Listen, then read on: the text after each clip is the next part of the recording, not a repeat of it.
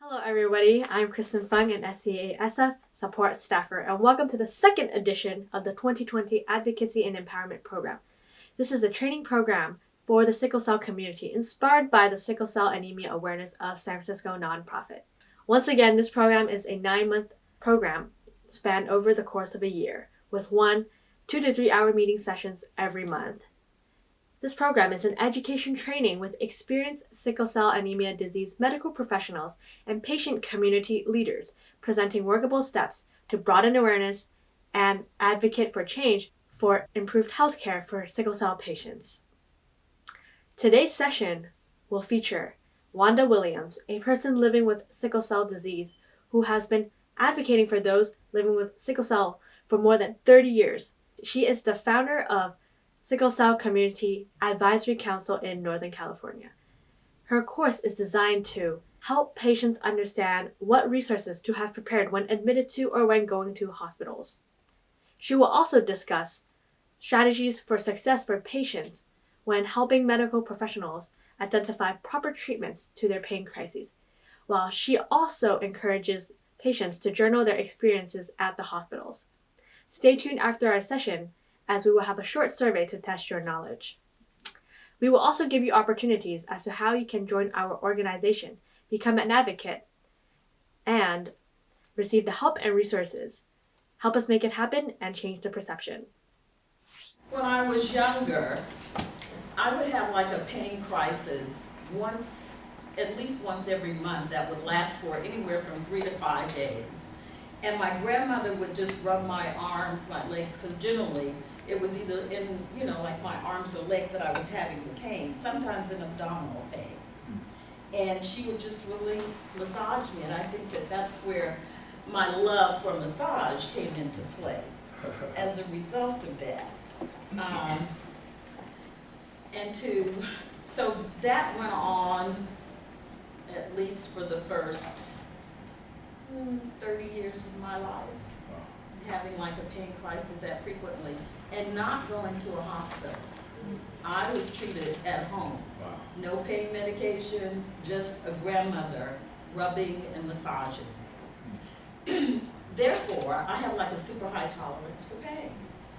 And when they give me pain medication like narcotics in the hospital, it would take a whole lot to really soothe the pain,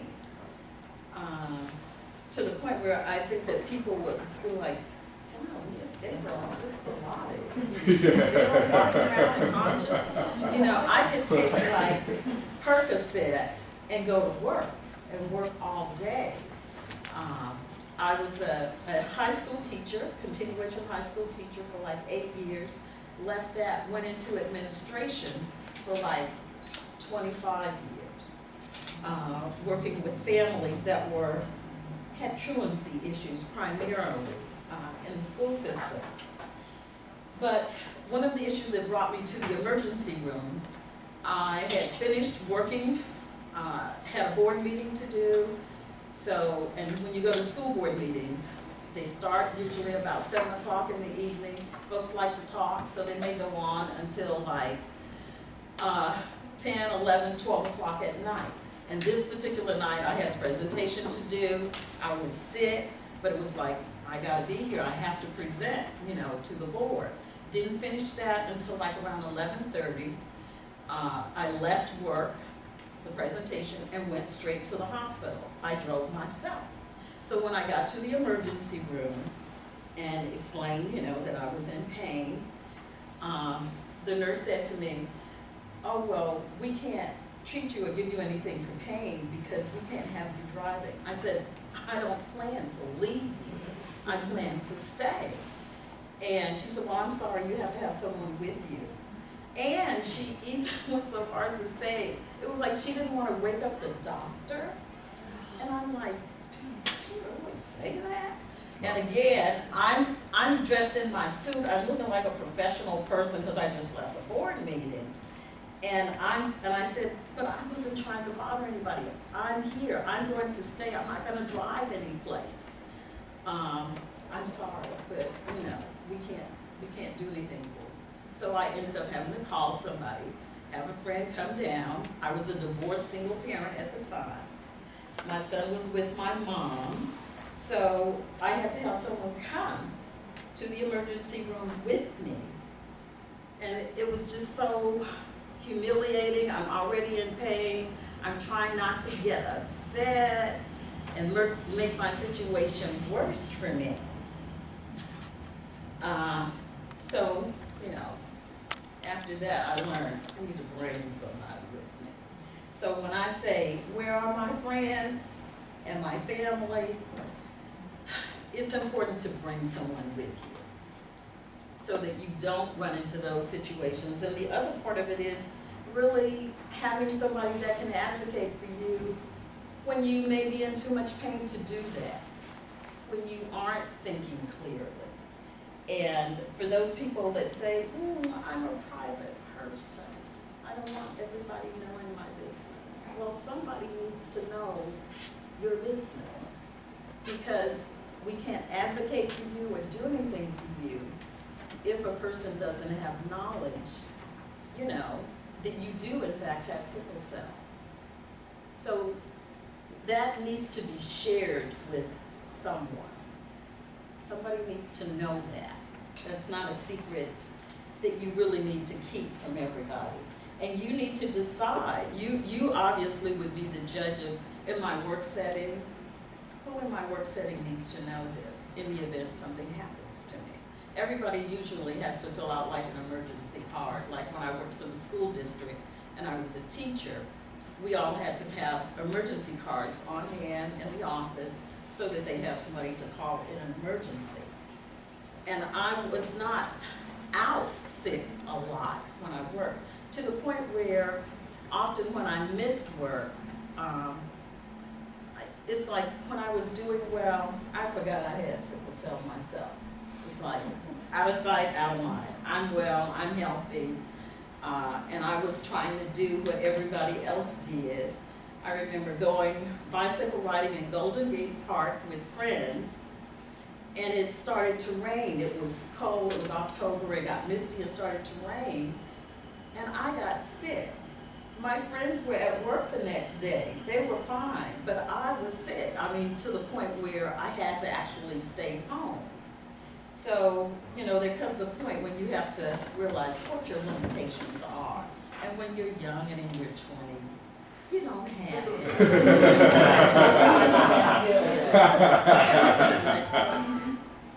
it. So, and then that brings us to our backpack. Backpack to go. This is my backpack that I keep just for the purpose of going to the emergency room. And I have an absolutely wonderful husband, and I put these little ribbons on it because I have more than one backpack. Backpacks for a variety of occasions. It's like, Gene, grab the one with the purple ribbon.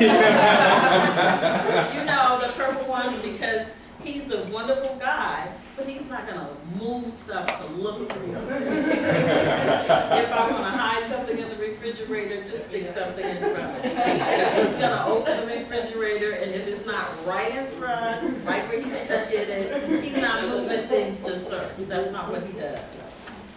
So, we have our backpack here. And in the backpack, when you go to the ER, I went into shock when I went the last time because I didn't realize that they had all the security going on that they have right now, and it's necessary. Because the woman asked me if I had like a gun, and I'm like, I'm here because I'm sick. So what would I be doing walking in with a weapon, you know? No, I don't have a weapon. And then somebody pointed out to me, I have those, it's like a little cat eye thing that you can put your fingers into and touch somebody else. And it's like, I was actually going to a game at Chase Stadium, and they pointed out to me, oh no, you do have a weapon. I was like, oh, but I need that. My keys are attached to that. So when you show up, you really need to have some ID. And I put real ID, so if you've been to the DMV, you want to make sure you have that so you can fly. What is it, after October 2020? If you don't have the real ID. Your insurance card, and a medication list. And it's like, I take so much medicine, it's like, I don't remember what everything is. So I keep a list handy so that I can just pull the list out of the backpack. It's typed, they can read it and know, what I'm actually taking. And because sometimes medication will have like side effects, and maybe the issue that you're suffering with because you have high blood pressure or whatever, it may be related to one of the medicines on your list. So having that list is real key and very important.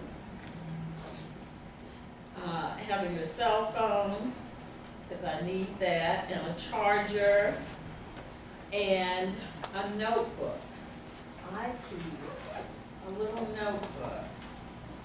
And this has been around for a long time. I guess I started keeping this one in '07. So I guess I haven't used it up. It's almost gone. But this I keep, unlike a paper and pencil person, because I'm old school. So I always, I have a cell phone where I have quick notes and I can add things in the cell phone as well. But it's just simpler for me personally to pull out my little notebook and document the time that I arrived in a hospital, who I saw, what was the name of the person that triaged me. So I'm writing down all of those things when I'm in the hospital, in the ER, because that comes in handy later. And also, when I was inpatient once, I saw this really wonderful older woman who came into my room, and I didn't want to have to share the room, but it was like, when they first put me in, they were like, oh, you're going to be the only one in here. And then like 2 days later, oh, I'm sorry, Miss Payton, we're going to be bringing in. So I'm like, no, but you said it was only going to be me. Can't she go somewhere else? No, because we only have like men on the floor now, and we would put a woman in with a man. At any rate, she came in wearing this really gorgeous red lipstick. And she looked so healthy. I was like, dang. And then she said, baby, I always have me some red lipstick so that it just makes me feel better, And I'm laying there looking like hell. Because my goal when I'm in the hospital, I don't want visitors or anything. I just want to get the heck on out. So it's like I tell people, please, you don't have to come see me. I'm trying to be home so I can see you, okay? And sometimes it's necessary because you will have people that want to come and see you. So having various little hair deals. And I think I shocked one physician one day. And then he saw me with this hair on, and it was like, it was something like that yesterday. But it's about being paid, especially when you're walking down the hall and getting your little exercise in, right? So these are all things that are necessary. And this backpack, as I said, is only used for the ER. And when I have to go, like my insurance card, my ID, everything, I keep in here. So all I have to do is grab this bag and go.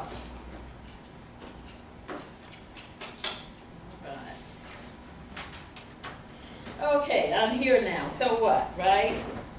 You're in the ER. You're being triaged. You need to let people know specifically what is going on with you. What symptoms are you having? You've had this headache for how long? You've had this abdominal pain, your arms, your legs have been hurting you for how long? And what have you been doing about it? What have you been taking as a result of it? Did you do ibuprofen? Did you have Percocet? What have you been doing to care for yourself, prior to coming to the emergency room? Because they need to know if this is pain that you just had, or did you just start this several days ago, and you've been actually caring for yourself for this length of time, and then you decided, oh, okay, I can't handle this on my own anymore. I need to go in.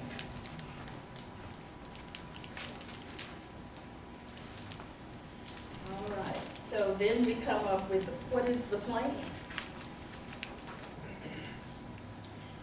Folks need to know, how many of you are difficult sticks? When you're in a hospital, you want an expert. Okay, I'm one of those people. So it's like, I know you're gonna have to start an IV, so I'm gonna tell you off the top, so you don't have to stick me 50 times. 3 or 4. And I'm really a big girl too, because I don't, I let you do what you need to do, but I start off by saying, I need the person that's an expert at getting an IV started. I'm a difficult stick. I'm gonna be cooperative, but you need to bring somebody with experience to do me. I don't just lay there and let people try to figure out, what's happening, or, I don't want them to find out the hard way for me, that it's gonna be difficult getting a line in. Okay, hydration. So once you get the IV going, that's about getting you hydrated and all of that. Your pain meds, people need to know what you are allergic to. It's one thing to have it in the record, but you need to repeat, for them to be sure of that. I have a cousin who was like 22 years old, had a baby. She was in perfect health, but she had like some allergies. The nurse, she delivered, had her baby. The nurse came in, did not check her wristband to see what she was allergic to. Gave her something. Yes. No. Gave her something that she was allergic to. She went into a coma, and that was like 21 years ago, and she still is. Yep. So she's being cared for in a facility. 21 years old. Just had a baby. So you want to be sure people know what your allergies are. I mean, you can be allergic to tape, like I'm allergic to latex tape, so I let folks know. Wow. Prednisone, I don't want anything in the prednisone family near me. Prednisone is a wonderful drug, used to take care of a whole lot of things. I had prednisone and ended up becoming diabetic after like taking it for just 3 days. And I thought I was coming down with MS. I lost like muscle control. Oh, it was horrible. And it took 3 weeks for me to get it out of my system. But now, I'm like real clear that I have an allergy to prednisone, so I don't want that. And I try to be sure folks know. Whenever they're going to give you tests, you're in the ER, and so you want to ask questions. You want to know what is the test for? How is the test going to be administered? Test or even treatments. Because now, for the most part, I only have issues related to old people, right? I haven't been having any sickle cell pain or anything like that. So I went in with a lower bowel obstruction. So I was having this abdominal pain. My stomach had been hurting for like about 4 or 5 hours. And normally when I have a stomach ache, a friend of mine told me about drinking like some lemon juice, just squeezing some lemon juice into some water and drinking it, and your stomach ache would disappear within like 5 minutes, regular stomach ache. So I was doing that, but I had a sausage McMuffin at McDonald's that morning. And so as a result of that, I have not been back to McDonald's for a salad or a soda for anything. It's like, no. I love French fries. So I just, let all of that stuff go. So it's real important for you to know what it is that they need to do for you. Because when the nurse came in and she said, oh, I want you to drink this water, I'm gonna just, you know, put a tube in for you. Well, she had to put this tube in my nose and down my throat into my stomach. No way. And so when she gives me this water, the explanation wasn't super clear. I just drank the water. Well, the goal was, as she's pushing the tube in, I'm supposed to be drinking the water and swallowing. Well, it wasn't real pleasant, but we got through it, and it didn't take her very long to do it, because I was very cooperative. I wanted that stomachache to go away, and at least that did work for me. All right, so when we stay or go, we have become an inpatient now. There's seats on the front row. You don't have to behave like you're in church. I'm not going to take it from you. Holy water on you. I'm going to throw that water on you. So those will be yours later. Okay, so once you're in the hospital and you become like an inpatient, your little notebook comes in handy, that you've been taking your notes in, or if you're doing the notes on your cell phone, you want to make sure you're getting the names of people that are coming in. You want to know also, when will your room be ready? Because when you're in the ER and they decide that they're going to admit you, you don't normally go straight from the ER right upstairs and into a bed. There's usually a little waiting period. So you want to at least ask the question about, when do you think I'll be transferred to a floor? And so that you have some sense of that, and so that the person that's with you will have an idea about how much longer they are going to be waiting with you. And when the nursing staff or anyone comes into the room to provide assistance for you, these days everybody wears a badge. And sometimes people have their badges flipped around so that you can't see their names. Well, that's not a good thing. Sometimes it's accidental and sometimes I believe it's purposeful. So I will usually ask the person politely, oh, could you turn your badge so I could see your name? And then I write down the name of the person that put the IV in, the person that's bringing the medication, the person that's going to take me to X-ray or wherever. I document the names of the people that are giving me excellent service, as well as those that are not giving me excellent service. And when people bring in medication for you to take, I ask, what is this? Right, what are you giving me and what is this for? Because I've had situations where I've been inpatient and talked with the doctor, and he went away and the hospital has recommended, wrote something in the chart for me to take, but didn't discuss it with me. So when the nurse shows up with this, new medication that's not something I routinely take, I'm like, no, I'm not taking that. We didn't discuss that. I need to know why this was recommended for me. And she said, well, can you call the doctor for me? And they generally, the nurse will check in with the doctor so that you have an explanation.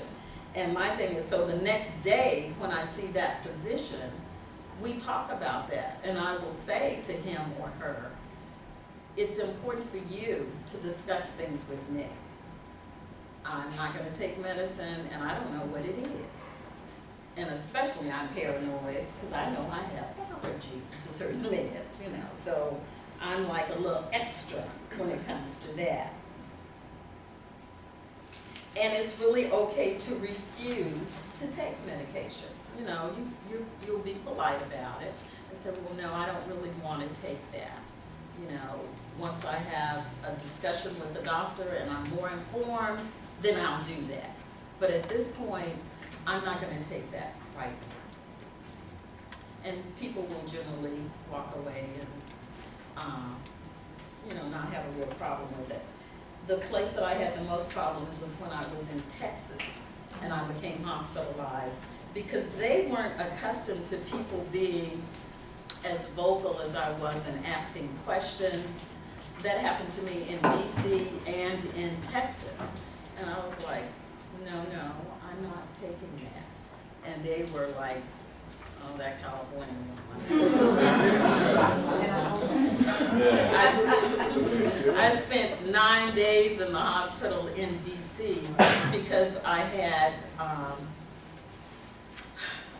a pulmonary embolism, and it was really strange because my whole thing is I'm going to have a situation where you're going to have to, the doctor came in and said, we've been giving you oxygen, you're losing oxygen, we need to give you,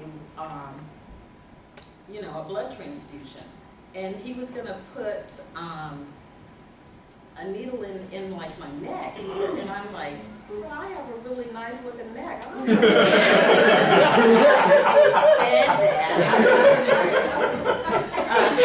And he said, but you're losing oxygen. We really do need to give you blood. And I'm like, well, but if I was losing oxygen, wouldn't I be like kind of delirious? Wouldn't my hands be pale? Wouldn't this, wouldn't that? And he said, well, yeah. He said, but you are seriously ill. And I said, but you don't understand, I don't live in DC, I live in California. My family is not here. And he was talking about taking me to intensive care. And I'm like, and can I use my cell phone in intensive care? I got people to call. He picked up the phone and he called my sister. Well, there's a 3-hour difference in time, and she's a nurse. Thank God she answered her phone, and he talked to her and explained to her what was going on. And then he handed the phone to me, and my sister said, you need to cooperate with him. You are very sick. Oh. So I was like, okay, I guess it's better to be a living woman with an ugly neck than a dead. And so he was such a wonderful doctor. He did a femoral transfer. He put the line in my femoral vein so that my neck remained okay. But, you know, when you speak up, you know, things will happen for you. And now we're at the point where we are going home, okay? Yay, we get to go home, it's discharge time, right? Well, they'll come to you with a whole lot of paperwork and everything, and you want to review the med list, okay? The medications that you're going home with, whatever they're suggesting. This is the time that if you have some questions, you don't understand anything, you need to speak up. You need to say, you know, I don't understand this. Why am I going to be taking this? They need to know what your concerns are. Will you be able to actually take care of yourself at home? You know, if you live alone, are you going to be able to really handle things without some assistance? And usually you are alone at this point when you are,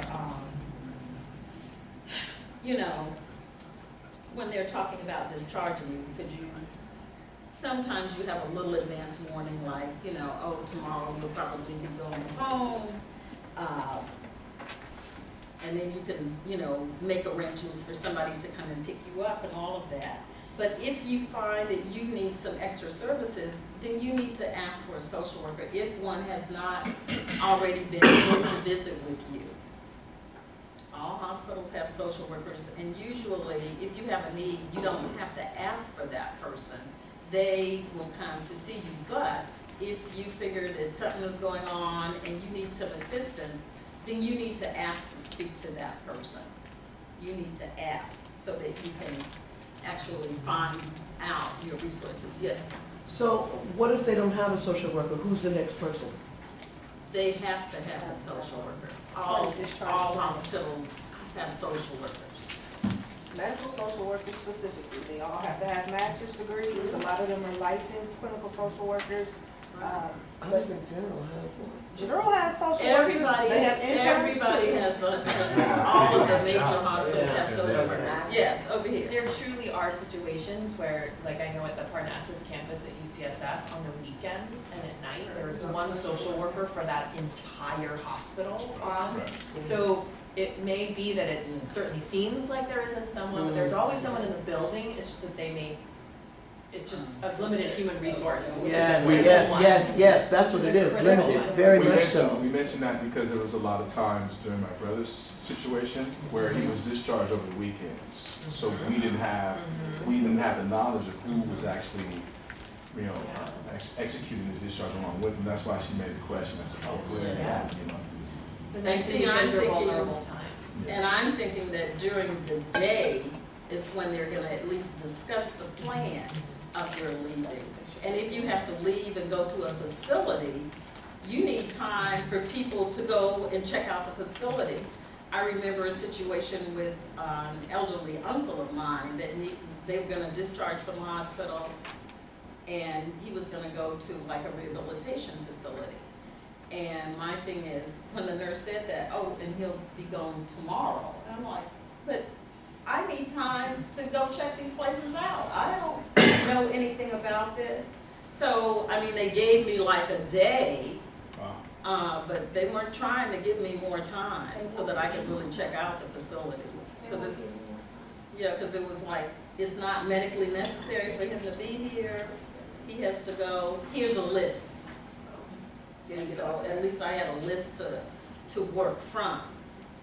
Calvin made a comment. Calvin, do you feel like that happens often when they don't do that? They, because I work in the hospital too, and I know for a fact that when they are trying to get a person out that's going to a SNF or a rehabilitation care, it's like, get him out now, who's ever gonna take him, is gonna take him. They don't give the family enough time to look for a perfect place to put the person in. Is it easy to transfer them to another place then if they don't, or no? If they already have a place to go to, that's that's different. That's different, but if it's a new place, it's just. Whatever's there. Yeah. But if you are vocal about it, Exactly. if you are vocal, they will give you some time. Because it was like, that's insane to me, to tell me today I need to have him someplace tomorrow, and you're just telling me this. Right. No, that's not okay. So I wanted to share just like the social work and discharge planner perspective. Specifically from Kaiser Somerville, what my experience was there. The social workers and discharge nurses work together. The beds go very quickly with nursing facilities. So if one comes up, you want to grab it. Unfortunately, because the Bay Area is so saturated, a lot of the patients will be discharged from Somerville and going to the Central Valley. So you are trying to get the family together because we're getting ready to send them 3 hours away. They're going to Fresno. Like what? We can't drive back and forth. So there's that part. And then there's also lost my train of thought that quick. So the distance with that, and I'll tell you in a minute when I remember. And about insurance back to. The insurance and beds in the hospital. Yeah. Like they need those beds, so that's why they're really trying to push to get them out. Because if you're in ER and they're gonna admit you, you want to be. You do. Yeah. You do. You Gotcha. do. Wow. Just depends on what end of that spectrum you're at. But the most important thing is you must speak up and advocate for yourself, or somebody needs to be there doing it for you. I Yes. just remembered the other piece. There are some advocates that specifically deal with the nursing homes, and they will go out, like these people have excellent relationships with the nursing homes, and they can tell you everything about their facilities. Some of them will operate like real estate agents, and they will put you in their van and take you facility to facility. Wow. They don't have that in every area. They definitely have it in San Rafael. So there's a business opportunity. All right. Can I ask? Yes. Yeah. And I think this is one piece from the side of those helping take care of any patient, and definitely those with sickle cell disease as well, is that sometimes it can come across wrong, but as soon as someone comes into the hospital, I start thinking about what do you need to get home? Not saying I want you out, Yeah. but Right. more, how can we have as many days as possible to help prepare for what that might look like? Right. Even to the point that I'll say to patients, why don't we try to make the last day in the hospital as much like at home as possible? See if you can get up and get to the bathroom.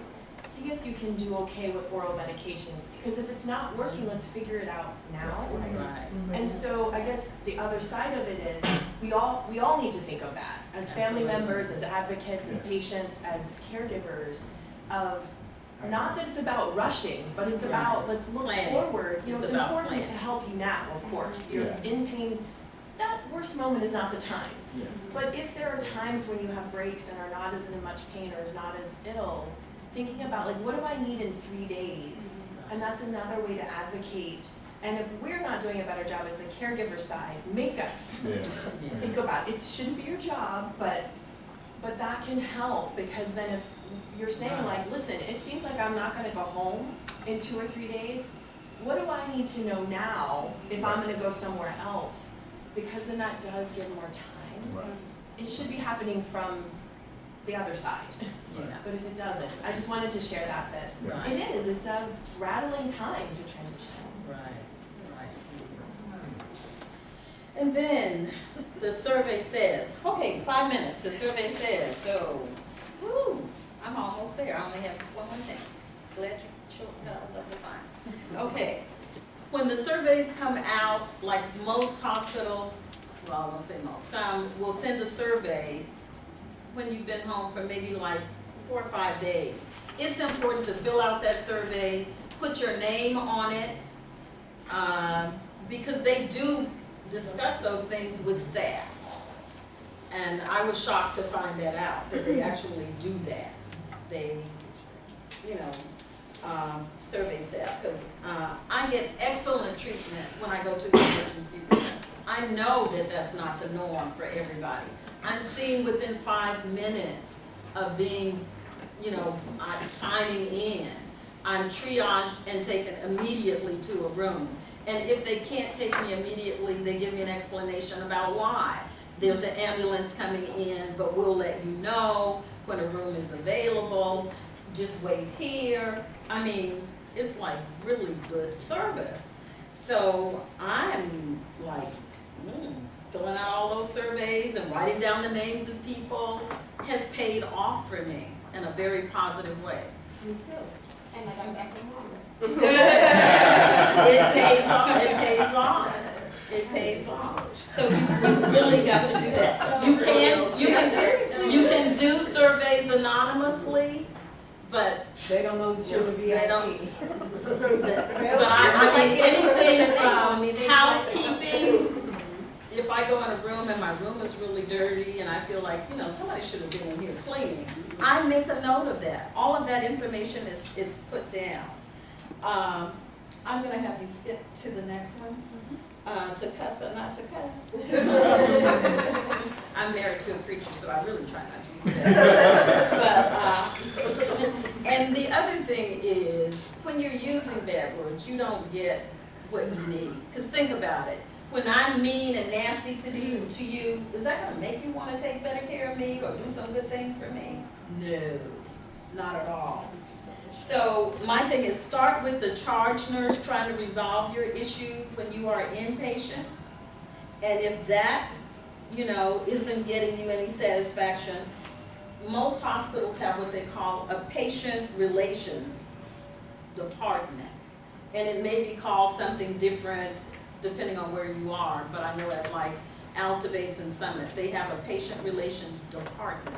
And that, you can call those people, get forms to fill out, to air, you know, to complain.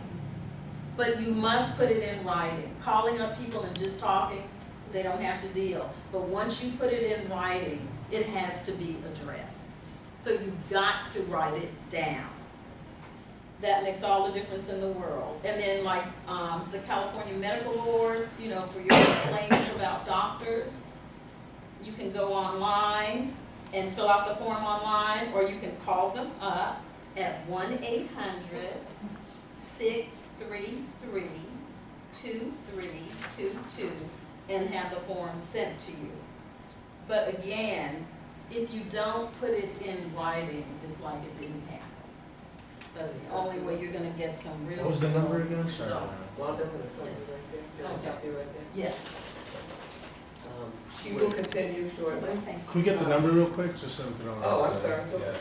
Thank you. 1-800 Yeah. 633-2322. Thank you. Well, if we go back to like the survey part, as Dr. Keith was saying, when you complete the survey, it really is important that you put your name, that you sign your name so that they know who is saying what. And it was my experience when I became an inpatient at one point. There you go. You're doing that good, one of sir. the nurses said, "Oh, we know who you are." And I'm like, "Well, yeah, you have my chart. Of course you know who I am." And she said, "No, you fill out those surveys." And I'm like, "Oh," because I just thought they went to some central place and, you know, they looked at them or whatever. But she said that they actually would come back and talk to staff specifically, like if you made a comment about housekeeping and you wrote down the name of a person or the nursing staff and you wrote down their name in the survey, then they came back and discussed those issues with the person. Did they ever reach back out to you and say, hey, They, any no. follow-up on your experience? No, once I was inpatient, what they do is the very next day once you discharge home, usually I would get a call at home asking how I was doing, following every inpatient stay. But they never, you know, would tell me or any follow-up about, you know, whatever I listed in the survey. They never got back to me about it. And which is fine, as long as they talk to the people that, you know, I had concern with. And then the folks that did a good job, so it wasn't all about just, you know, the negative, but if you were giving good service, you know, I think that people should know that too. All right, all y'all being all quiet, okay. So you talked about how important it is to have someone with you and how your husband has, like, you know, been so supportive and wraps the backpack that's labeled. What are other things that he has learned to do throughout all of this experience that has helped him be a really good advocate for you? Well, for starters, before I started getting this exceptional treatment, it was necessary when I was in a room for him, like if they were taking too long to come and give me like pain meds or something, Jean, you need to go to the desk and ask them, when is somebody gonna come in and do, you know, give me some pain medication. So, you know, going out and, you know, talking to them about that was important. Because he's not a good person when it comes to looking at people use a needle on you. I really like to say, okay, set me up before you have him come in. Because we don't need him passing out while you're trying to take him in. Yes, Davina. So if you don't have someone that you can take with you to advocate for you, because we want to do an advocacy hotline, so do you feel that an advocacy hotline could still be helpful without having the person there in person? If, when they're like an inpatient, if they're able to like call you and put you on speakerphone, Yes, that's what we. that would be excellent.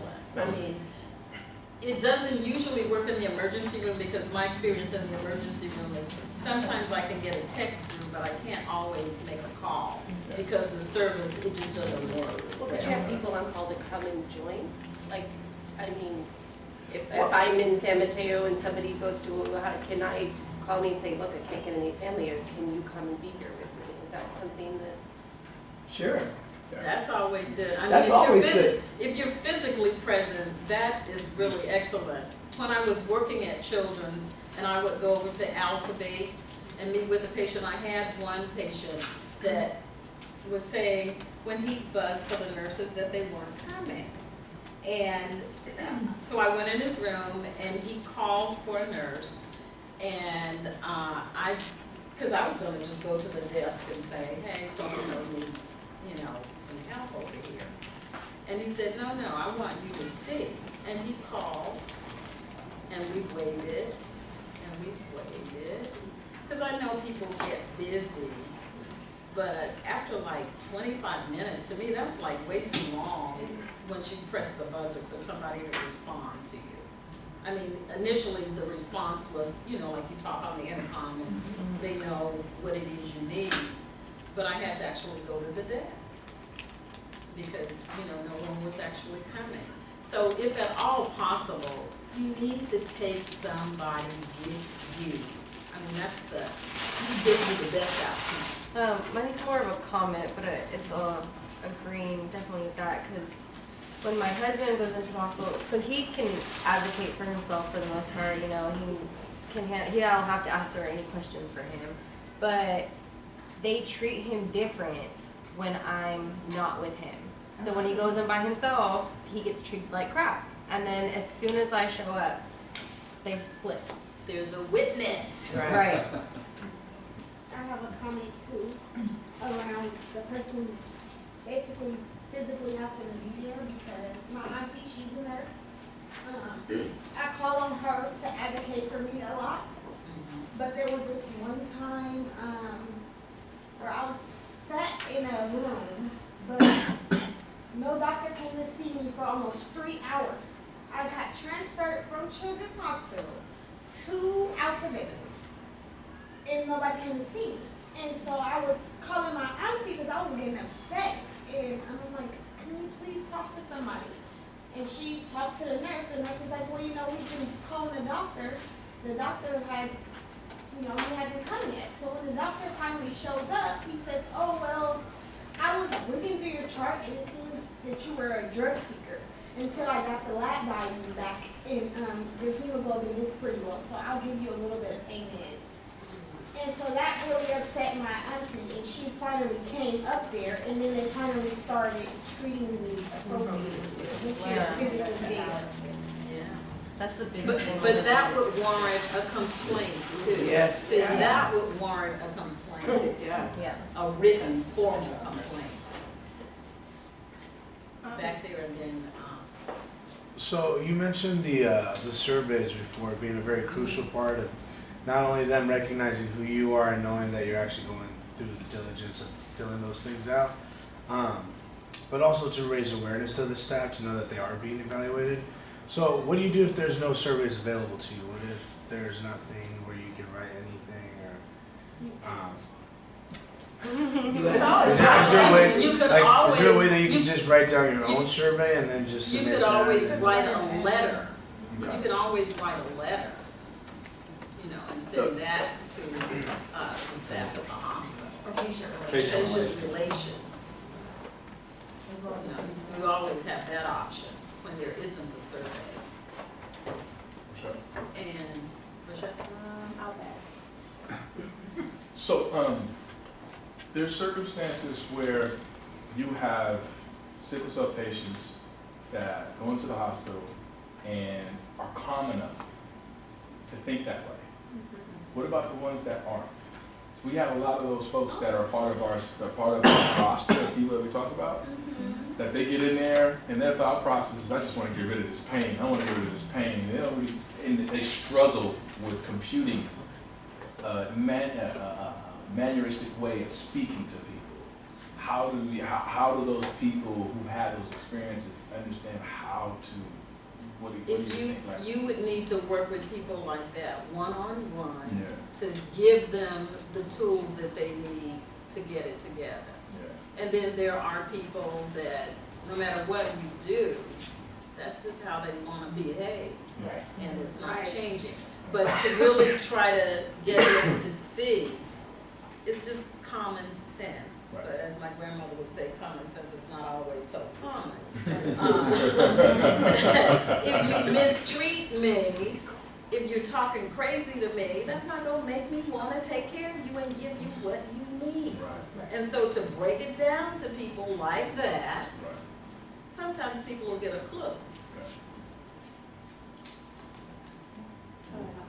I actually had a patient who didn't like to go in the hospital because when he got morphine or any kind of opioid, he just kind of lost it. And he wasn't able to really, which is why he needed an advocate. Yeah. He wasn't really able to keep it together. Just little things would just set him off. And he knew that would happen, but, you know, so in some cases, it's not the person as much as sometimes it's the therapy. I think then the provider has to realize, okay, this person's getting, you know, 2 milligrams of blood and a couple hours, maybe they're not like this. When they're straight. And maybe saying that to the physician before the medication is administered. This is how I react when I have that, you know. Like you would not give me gin to drink because I would become a different person. Right. It's good to have a little card or a letter to take with you. I mean, that's something you put on it. I need opioids or whatever you get. But when I do get these, I do whatever. That was another question I was actually going to ask. So, I mean, I understand that there's different cases based on pain, what the experience is. Is there the ability for us to have an idea? Because let's just say we're a resource center, which is what we're trying to create. I understand that if Rochelle goes to or gets administered over a course of 3 months, 5 times, will it most likely, can it be identified as it being the same kind of pain or same kind of idea to where that card, say, hey, look, I can't really express myself well, I just want to hand you this card for you to understand in writing what I need? That's not going to work. That's not going to be something. Well, my that's thing possible. is, I would show the card every time I showed up for medication. Right, okay. For each event. Okay. Because it's not going to be different if I react the same every time I get this particular drug. Right, no, totally. So then that means that if we are a resource center and providing that service, that person that enlists or subscribes to us, we have to make sure that we understand exactly what they deal with from time to time so that we can create a card for them, correct? Well, I'm thinking that the card should come from a physician. That statement should come from a doctor. Okay. Well, wouldn't they, but when you go into the emergency room, from my personal experience, they already have my protocol, one, so they know what to do unless you just get one of those physicians that Not gonna read or not gonna. yeah, that just loves The asking protocol you actually questions. say how you react. You know what I'm saying? The Without protocol say you're gonna react. Well, without going into your chart, looking who you are, knowing your history. If you get one of those kind of doctors that just loves to ask questions, and when that does happen to me, you know, without going irate, it's just like, you know, you can find everything about me that you would like to know if you go to my chart and look at my protocol. But being doubly prepared, handing somebody something so that they don't have to read everything. Right, but for me, it's just not what I choose to do. I take my backpack, but to have a list of my own medications, I like to keep that in my brain so that I can stay alert. Because I think no matter, just for me, no matter what kind of pain I'm in or where the level I'm at with my pain, I truly stay mindful to stay aware that I have to be alert enough to say, what is this? How much are you giving me? How often are you giving it to me? And this is what I cannot take. So I think to some degree, you have to stay mindful of just knowing who you are and being able to translate that to your physicians. I mean, But it doesn't hurt if you hand someone the paper, Rochelle. That's all well and good. That's admirable. Yeah. As long as you can do that. But again, if somebody else comes along and has to, you know, the shift changes or whatever, if the people can pick up my chart and see that I just handed Dr. May you know, a form or letter that says, Yeah. this is my reaction to morphine, Yeah. what does that hurt? That only Right. boosts your situation. Right. You want to have as many positives going for you as possible. But I guess for me, when I be sick, I just don't have time to make it, I don't You have do the time. list in advance, darling, so that it's Well, there forever. I just like to stay alert. I just Well, like, you I like still to stay be in alert. control of like knowing what's going on with me. I'm never gonna be allowed for someone to dope me up that much where I can't speak for myself. Okay. So I was just gonna say, the flip side of that is that, like, I completely understand that you do wanna be alert and mindful of the situation, but I always think of other worst case scenarios. What if it's a car accident and you're unconscious? Right. And you don't have somebody that can tell you, okay, Right. look at this. These medical charts are so dense. And then you have people at all different levels, as far as, are they new to the company? Do they know how to navigate the system? All of these things, it shouldn't be the patient's problem, but the patient does have to experience the result of a new person coming in, looking over the chart. They don't know where to look, they don't know what to look for, they don't know what's relevant, what's not relevant. And that happened with a young man who was not a person of color, who had sickle cell trait, had an injury at a football camp or something like that. His parents took him to the ER. And they didn't realize that having sickle cell trait was something they needed to tell the medical providers, and that child died. So if his own parents didn't know to say that, and they didn't know because it wasn't in the chart, maybe they weren't from that area, that wasn't the regular hospital they went to, that's why it's important. I've been in a situation where I'm from California, and I was in a hospital in Kansas, and it took me being mindful and alert enough to tell him, you need to call Children's Hospital Oakland, you need to call Kaiser Oakland, call somebody over there to confirm my diagnosis, because I don't have the energy right now to argue with you. But this doctor would not give me meds, he would not admit me, he told me I had a heart attack. It was just all kinds of stuff. If it wasn't for Janice, the nurse at Children's Hospital, I wouldn't have gotten any of the services I needed. And handing him something wouldn't have helped.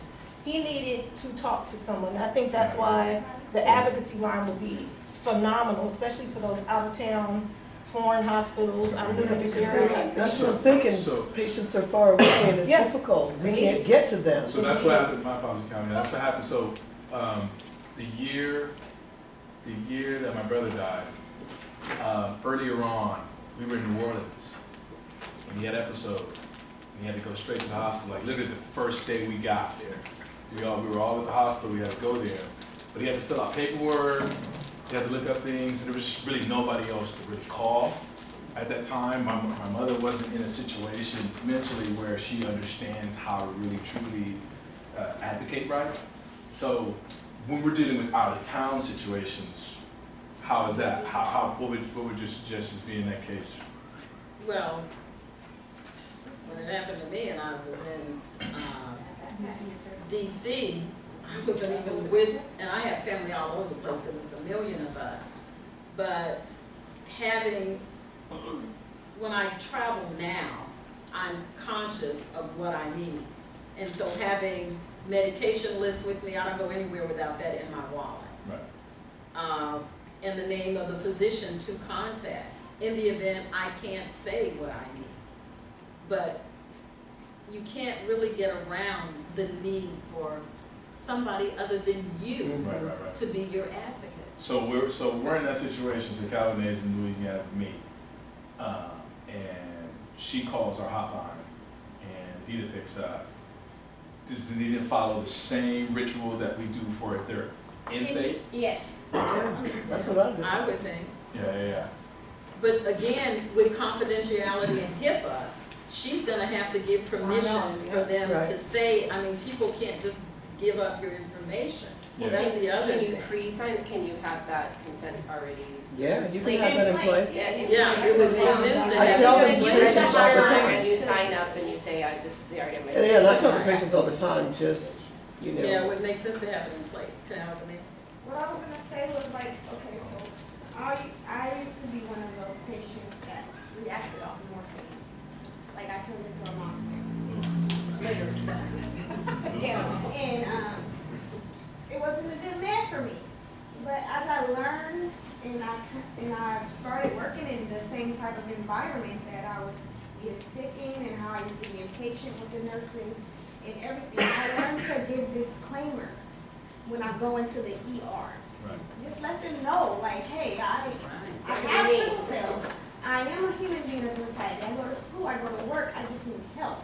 I just want to be out of pain, you know? Here's my pain plan. If you need like some type of confirmation for somebody to tell you that this is what you need to follow, you can call Children's Hospital to my doctor who wrote the pain plan. You know, I go in with my pain plan in hand, even though they have on record my pain plan and everything, but I still go in with the pain plan, letting them know exactly how I should be treated. And it has been working for me. Like, I used to get into fights with the doctors, argue back and forth with doctors all the time. That still happens, but very seldom, like very, very little. But ever since I started behaving and giving disclaimers and, you know, just actually putting myself in other people's shoes, because some people just don't know sometimes. Like you said, since it's not that common. They don't know. They don't know, you have to explain that to them. Then, you know. There's a lot of people that subscribe to squeaky wheel, getting the oil. And I've been nice. And then if I'm not getting what I need, okay, well, this other person about to show up and it's your fault that you should have been listening. Now, I'm talking about Call security. Yeah, I probably Just know blame you the too. morphine, just always blame the morphine. I just want to stress, I need you to stress to the patients that all of that information that you were talking about that they need to get. Because I get calls from patients all the time to advocate. And the first thing I ask them is, who's your nurse? And they have no clue. I mean, I don't know. And I realize that they're probably under meds or not, but you know, there's a board in the room, a whiteboard, and I say, look on that whiteboard, tell me what names that you see. So it's like imperative for patients to write that information down. Record who you saw, who gave you what. Because once I step in the picture, I need all that information. Any advocate, that's what they need in order to move forward and to be able to talk intelligently to the medical professionals, right? They need to know who to talk to. So between Wanda and Nidina, you're in a situation so me and Claire are trying to help Calvin-A. Calvin-A is in a situation where she's having those issues. What are questions that you and I ask that are effective to Calvin-A for her to give us the information that we need? What I do is if they can't give me the information, I tell them, look, call the nurse in. Call me on the phone. Okay. And let them tell them, this is my advocate, and that's what they've done. 2 or 3 patients, that's what they do. And when I get to talk to the nurse, it's all good, because then I can give her my number, have the physician call me, and it works. You know, however, like I'm saying, it's imperative that they record that information so that if they run into a problem with someone and they want to make a complaint, they know which one and who that person was that did that. If you don't know, because you know the nurses changes in their shifts, you can't keep up with that. So. Do you ever get pushback from the nurse saying, no, I won't talk to you on the phone? No, I've not. Once the patient says who I am and do it, no, they will talk to me. They have to. So Wanda, I remember you talking about when you were younger, the massage therapy that you were receiving. What would you say the effect of that is for people? So for example, there were certain points in time, you know, a couple years before my brother died, I was thinking about, you know, massage therapy, getting him a package to have him get that 2 times out of the month. And it was just for me to be helpful to my brother, not necessarily just for sickle cell in general, but just for him. What would you say are those types of things, like that effect to it? How did that? That's a very positive thing, as long as people like touch. Right.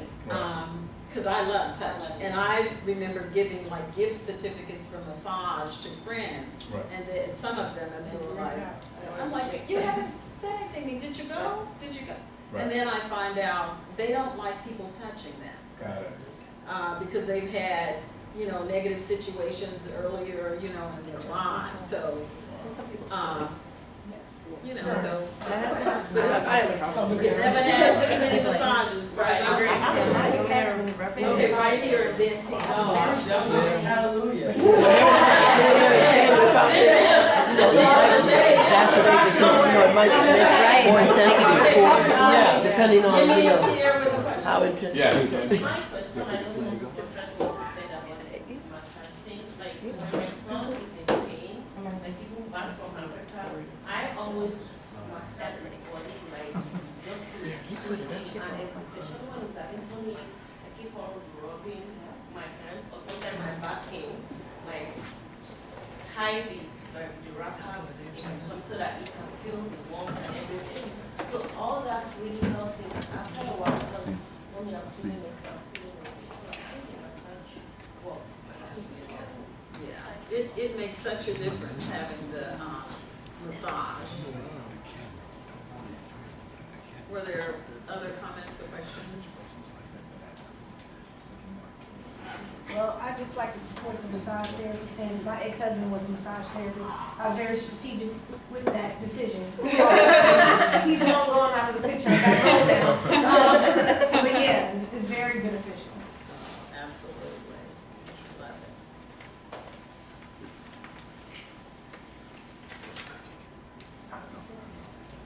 Sorry, we got question. Yes. So, are there any other types of physical therapies that you've actually had that are not, like, so for example, you said the massage therapy. Is there anything else that you can kind of like? I have used acupuncture, which has worked exceptionally well for me. I do that usually, now that my insurance pays for like a $15 copay, it's unreal. I was like, what? So I go like every other week for like acupuncture and then seeing an osteopath. I have been seeing an osteopath. An osteopath, the simplest way is a medical doctor. The one that I see is a medical internist with a specialty in osteopath. And what she does is gentle manipulations with your body. I guess you could kind of compare it to like a chiropractor. But by doing the manipulations, it helps your body heal itself. I had messed up my hand manually pushing up the garage door when it was broken. You? Me. Okay. And I hurt my hand. And initially I didn't notice it, but then after a while I was having this pain, and then it just got worse and worse.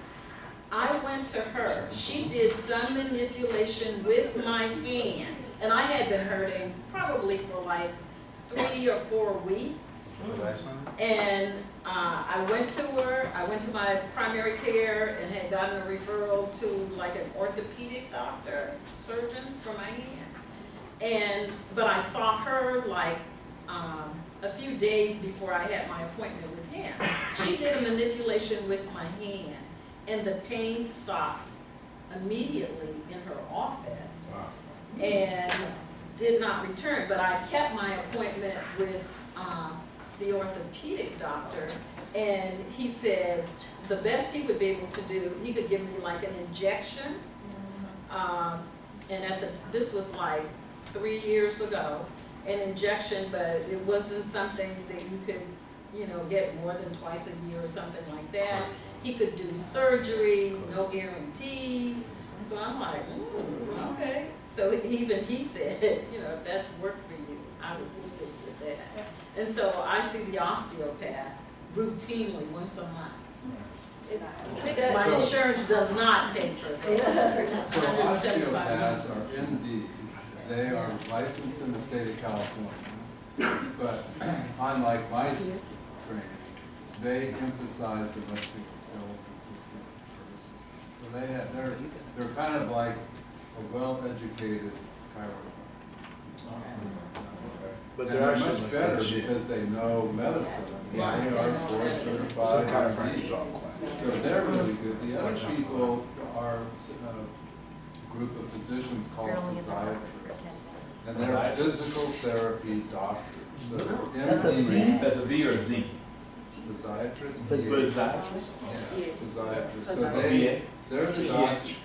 They go through internal medicine, whatever, and then they specialize in the musculoskeletal system. They're the people that give the orders to the physical therapists to do physical therapy, which is another group of people who are really good, are physical therapists. They are hands-on, they know, especially if they're experienced, they can really do what happened with Wanda, where they can do things to make you better.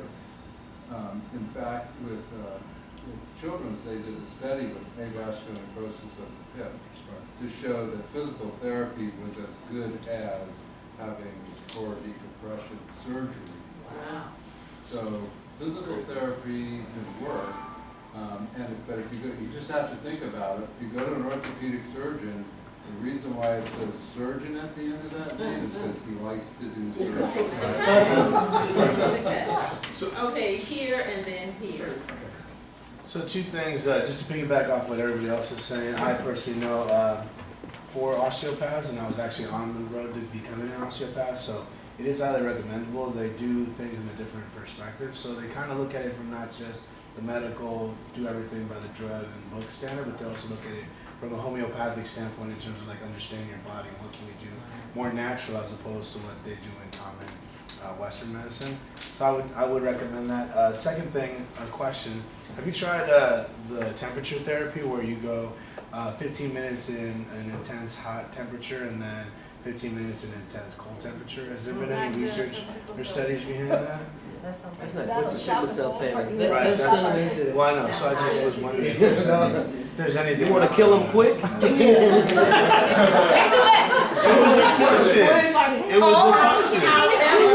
when I was having some physical therapy and they wanted to like do cold on my lower back, and I did it and it worked, and I didn't have any, because it was only like 10 minutes or 15 minutes of this cold pack on my back, and it worked well. It didn't bother me. I didn't have a pain crisis as a result of it.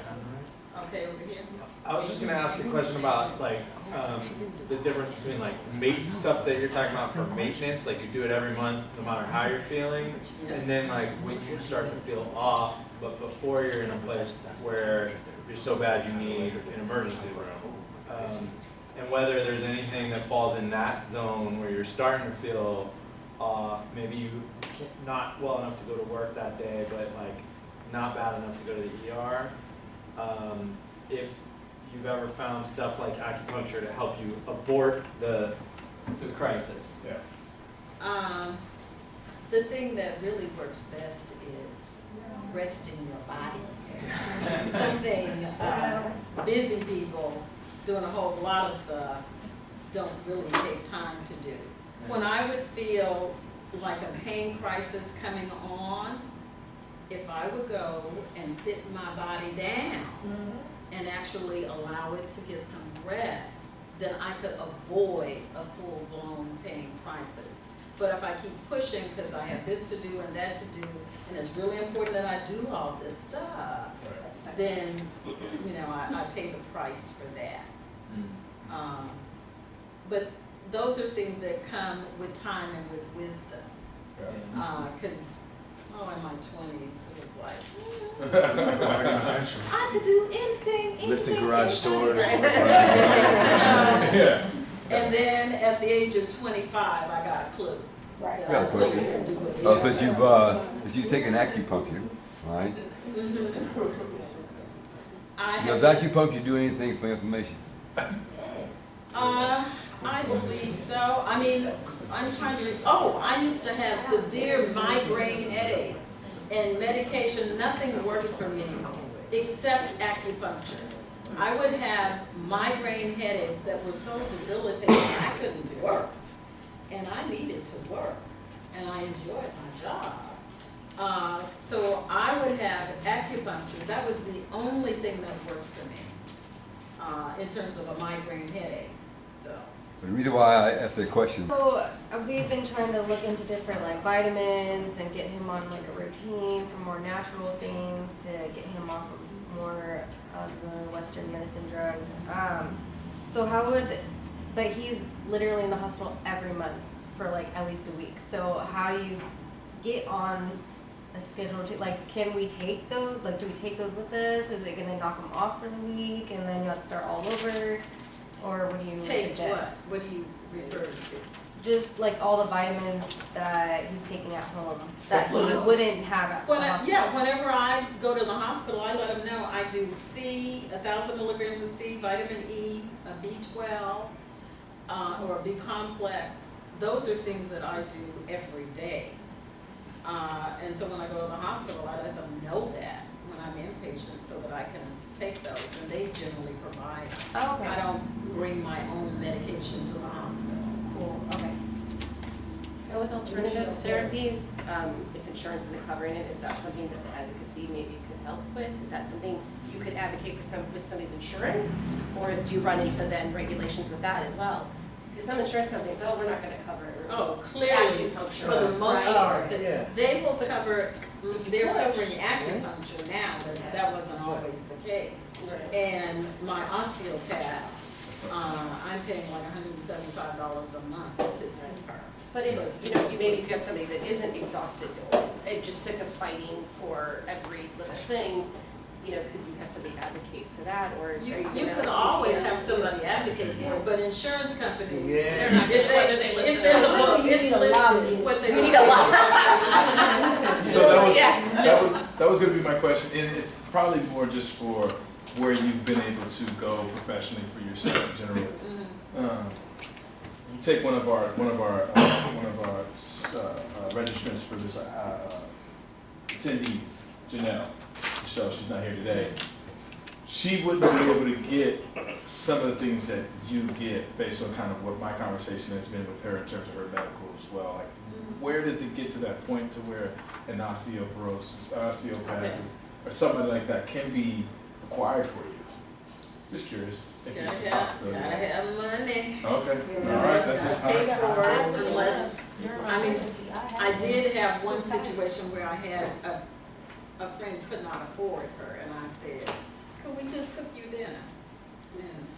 And she did it, just for dinner. Lifelong Berkeley, they help. Call It's Marty. worth checking. Marty. Lynch is the CEO, he's a great guy and a teacher, so I'm sure he's affordable. Okay, one more question. So, in listening to different methods to cope with the pain and all that. So my brother was getting sick, prior to him getting sick, he wouldn't know his body, right? So massages, outborn pads, he would get cramps, and rub out cramps and soothing. But for my family and I, we felt that eating right. So what is your method, your diet? I think, you share that, like just, I'm sure you have to eat extremely healthy. Just a regular healthy diet. Like I have gout. And so I don't I haven't had like a hamburger or beef in like 30 years. I just, it wasn't worth the pain I was experiencing. So a regular healthy diet, vegetables, fruits. I still eat, I eat chicken and fish, but just a regular healthy diet. Like you can't have a ton of caffeine and all that kind of stuff. There are some patients. Hi everyone, I'm Edward Kapler, and once again thank you for participating in this month's Advocacy and Empowerment Training course. I know for sure you got a world of information as well as I. I appreciate the information about the backpack, so remember everyone, your personal ID, insurance card, medical list, cell phone, notebook, and your writing pen. If you missed anything or just want to listen again, you can always find our channel right here on YouTube. All you need to do is just type in Sickle Cell Anemia Awareness, SF, or the acronym SCAASF on the subject box, and our videos will pop up. Please do us a huge favor and subscribe to our page so you can get updates on new content we have coming. A reminder to you that all the training courses are every month for the rest of 2020, and they last at least 3 hours on Saturday. currently being offered through video conferences also. All you need is a computer, a free Zoom subscription, and you can join the call with us and get live pictures of the training. Like you heard from Kristen in the intro, our speakers consist of medical professionals, hospitalists, and sickle cell advocates, leaders in the community with a wealth of knowledge to increase awareness to even the most knowledgeable people joining this journey. Also check out our website at scaasf.org for information on our organization and how you can join the cause, make an impact, change perception, and save a life. SCAASF is constantly looking for advocates for the cause and our patients because they live with this pain every day and have a very small voice among the masses.